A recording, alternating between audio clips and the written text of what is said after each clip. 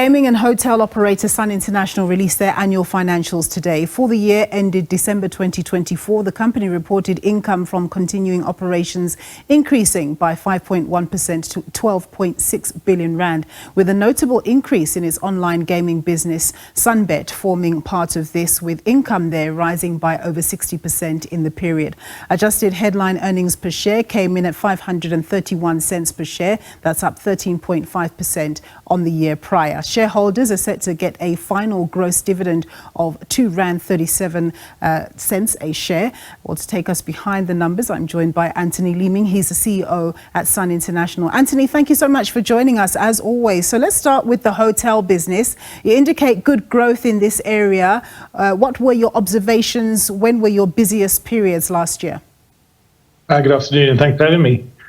It was a busy year. I think obviously elections actually caused a bit of a reduction in conferencing business, but local ledgers really proved resilient.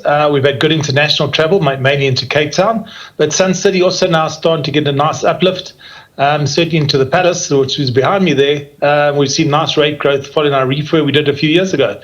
So all in all, I think good conference, good domestic and good international demand. So you're reporting incredible growth in the online betting business, with income up over 60% in the period under review. But how do you balance this success with the reality that there may be financially vulnerable members of society who are trying to take their chance but ultimately losing? Look, you're absolutely right. I think as an operator, we have to be extremely responsible. We are doubling our efforts in this regard. We're certainly looking at what's best practice internationally and applying that locally. We are looking to put some technology in shortly that will help us identify more of an automated response to people with problems and that we can identify. So a lot of effort has to go into this area. We obviously support the National Sponsored Gaming Program, but I think as operators we need it a bit more, and that's certainly going to be our objective.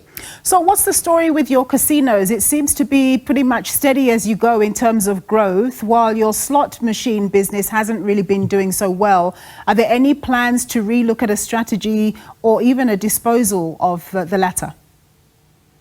Look, certainly I think we're looking at the operation itself. I think where we've got some underperforming sites, we're looking to either reduce machines or close them, and certainly acquire some better performing sites. So it's a large business with over close to 1,000 sites. So not an easy business to turn around, but a lot of plans in place.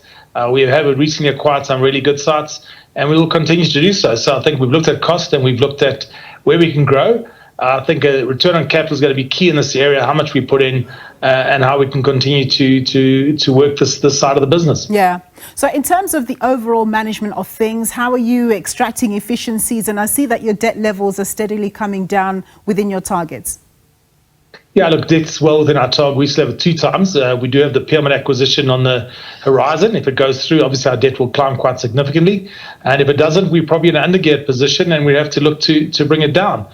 I think there's various things. We've obviously implemented some really good solar projects at Sibaya, Carnival City and Sun City, at Carnival City.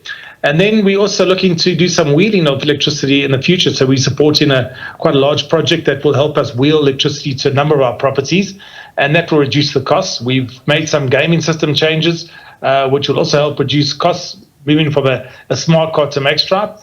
And various other areas we're looking at to continue to improve and be a better operator. I mean, key obviously is the customer experience, and we've got to make sure that doesn't suffer.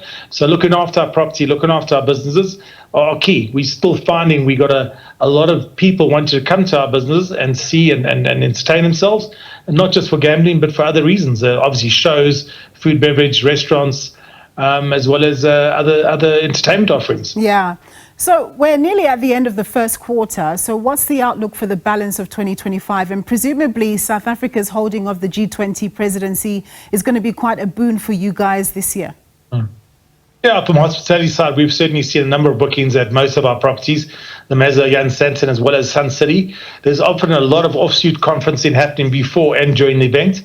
So we're going to definitely take advantage of that and work with governments and try and make sure people, guests have a great experience. And we definitely benefit from that. We do see a continued environment where we're growing strongly in the online space, and our land-based casinos continuing where they are. I think sort of low single-digit growth, but working together, underpinning that customer so that what we refer to as an omni-channel story really is what's helping add value. I think our brand is incredibly strong. working with our resorts, our casinos, and obviously online, being able to look after the guest in all these areas is what's standing us apart from our competitors. Anthony, always a pleasure chatting to you. Thank you very much for your time and your insights there. That was Anthony Leeming. He's the CEO at Sun International.